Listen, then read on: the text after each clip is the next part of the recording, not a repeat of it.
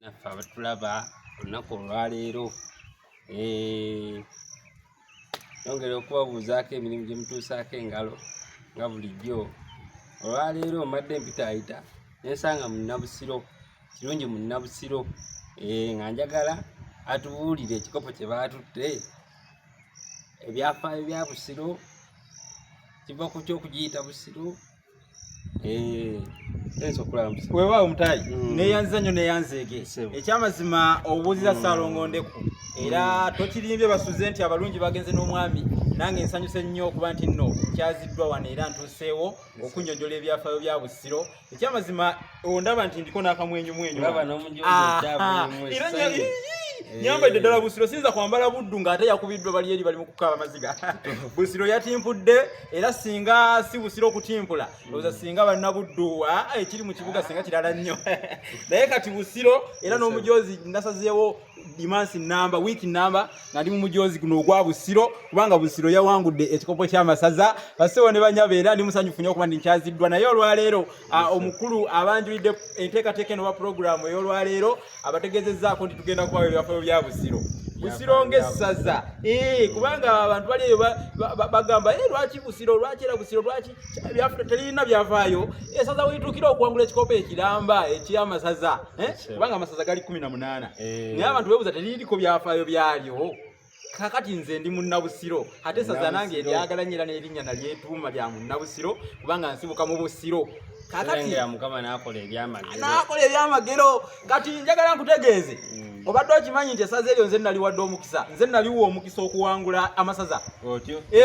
Anti nze nasooka okuwangula essaza ly'e Busiro libadde terifunangayo muntu awangula mpaka za lulimi Luganda eziyitibwa engule. Engule ye World Cup y'olulimi Oluganda. Kati mu mwaka gwa 2022 awo nga tuserengeta tumalako tuwete koona ngera kuzo mwezi 4 ndevu ntegeeza December nawangula empaka ez'olulimi Oluganda ezimanyiddwa engule ya Radio Simba. Kale nno kino kyakitegeeza nti ndi mu kwerula Emikisa amasaza gagenda okusambibwa ng'ekikopo batekwa kukitwala era nze Nnawa Busiro Emikisa, nze Nnawa Busiro enkizo okuba nti ewangula kubanga najjawo ekikwa asajja bali batwemolerako nnyo n'okweswalinga ng'omunafu akeera okuggulawo olugendo. Kale nno Busiro n'ekitwala mu maanyi. Kati Busiro essaza eryo edda lyafugibwanga mu nsikirano era ng'ab'enkima be balifuga erya Busiro. Era Mugema jjajja w'enkima ow'Akasolya ye yalinga alitwala nga tetunnafuna Ssebwana kubanga olwaleero afuga essaza eryo mu bwami mu nsengeke y'obwami ayitibwa Ssebwana. Naye Mugema ye yasooka okulamula essaza eryo ow'enkima okuva ddala ku mulembe gwa Kabaka Kimera okutuuka jjo ly'abalamu ku mitwe egy'okubiri Kabaka Chwa wamumanyako Daudi Chwe yali obwakabaka nga muto. Kakati ku mulembe ogwo ogwa Kabaka Daudi Chwa Bokajumbe anabusereka akeera Chwa owokubiri obwami obw'essaza ne bwawulibwa ne bubeera nga obutaka obwabeddira enkima busigaddewo nga Mugema ali ku bwankima ate n'obwami obw'essaza nga bwassaza. Bw'atyo Ssebwana n'abeera nga yalondebwa, baalonda erinnya Ssebwana okuba nti nno Ssebwana yatwala essaza lyonna ery'e Busiro, essaza lyaffe eryatutte ekikopo eky'omupiira eky'essaza oba eky'amasaza ga Buganda. Kati embuga enkulu ey'essaza eryo eri Ssentema. Naye essaza lino kyebava balituuma Busiro kiva mu kikolwa okusira kubanga essaza lino lye lisinga ebyafaayo ebizigulivu ebyekuusa ku masiro era tuliyita Busiro kubanga lirimu amasiro mangi. Olw'okuba nti nno ekyokusira kigambo kikusifu nnyo era kyekusifu sigenda kukirambulula kiki kye basira.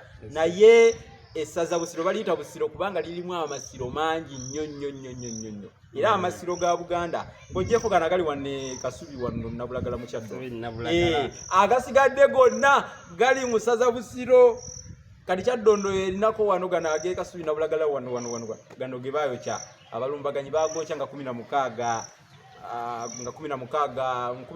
yali 2010 ogwokusatu 2010 ne bagokya ne bagateekera ekitawuliro. Naye amasiro agasinga gali mu Busiro. N'olwekyo essaza lya nkizo nnyo. Kati bwe baayawula essaza eryo okulijja ku Mugema ow'enkima ne balonda erinnya Ssebwana lifuuke mwami wa kabaka alitwala nga bajjukirako nti waliwo Ssebwana eyalamulako ku ssaza eryo ng'alifuga naye ye yali ate wa Lugave era bamujjako n'enjogera egamba nti mugenyi musulize yagobya Ssebwana ku ntebe kubanga Ssebwana oyo bwe yawulira nti baleeta omulangira Kimera n'asala amagezi mangi nnyo ng'atuma abantu naye nga buli gwatuma tadda abantu nga bakoze olukwe baagala kumujja ku Bwakabaka ne yeesitukira kubanga bagamba bw'otuma abatadda ekivamu nga weesitukira bw'atyo naye yeesitukira n'agenda yagenda okugenda okuleeta ebintu bye yali atuma abantu nga tebabyeta ebyokwaniriza omugenyi yagenda okuwulira ng'engoma